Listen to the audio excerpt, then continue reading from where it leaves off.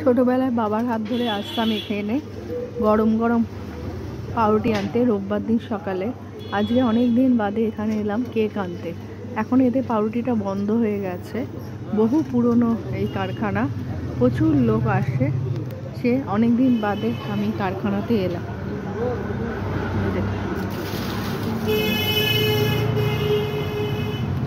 Cake বানানো হচ্ছে। কোথায় গেলেন উনি, মানে কেকটা দিতে? আচ্ছা, প্যাকিং হচ্ছে। আচ্ছা আচ্ছা, মানে এখনো সেই একই পদ্ধতিতেই বানানো হয়, পুরোনো পদ্ধতিতে? হ্যাঁ, না এই পদ্ধতিতে কেকের স্বাদ খুব ভালো থাকে।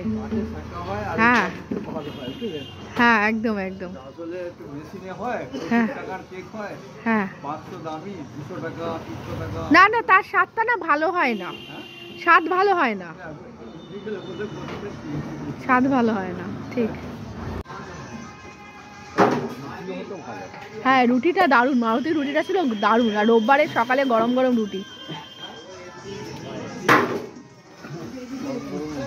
হ্যাঁ, গরম গরম রুটি।